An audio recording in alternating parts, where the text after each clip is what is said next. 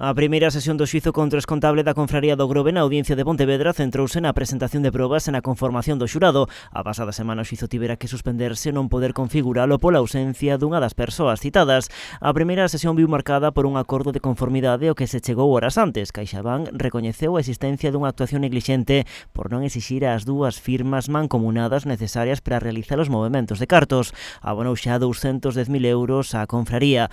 A outra entidade, o Banco Santander, a que reclaman algo máis de 34.000 euros, mantén que non existiu neglixencia algunha. A Fiscalía, que pide para Fabricio Fernández 6 anos de cadea e 15 anos de inhabilitación, pon o foco na actuación destas dúas entidades. Si los bancos hubiesen obrado con diligencia, lo más probable, señores, es que no estuvieran hoy ustedes aquí, ni nosotros, ni ninguno de los que estamos aquí sentados en esta sala. Unha teoría que comparte a Confraría e tamén a aseguradora Allianz. Si no fuera por la negligencia de CaixaBank, lleva esto, el siniestro, en este caso la recaudación, no hubiera tenido lugar. Las facilidades que el señor Fabricio tuvo con la banca en esto sobrepasa lo que es lo normal en cualquier funcionamiento bancario. Outra das cuestións que centrou a sesión foi a ludopatía que padecía no momento dos feitos o acusado. Neste caso, Fiscalía e Defensa coinciden. Eso afectaba a sus facultades cognitivas, es decir, a su capacidad de querer, al control de sus impulsos.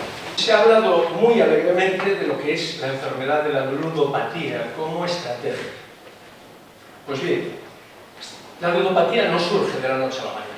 La ludopatía es, lo veremos a través de la prueba, como muy bien ha manifestado el Ministerio Fiscal, no es una estrategia. Pola súa banda, o abogado da Confraría Meca descarta esa ludopatía, di que Fabricio quedaba cos cartos para manter o seu nivel de vida. Esa ludopatía era una ludopatía estratégica, sigue siendo estratégica.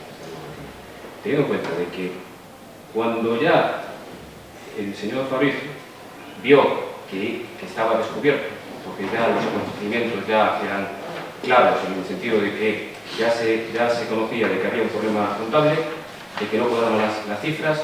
Mañá vaise retomar o xuízo coa declaración do acusado que, lembremos, confesou os feitos nos xulgados de Cambados. Pola sala pasarán tamén ao longo desta semana máis dunha vintena de testemuñas.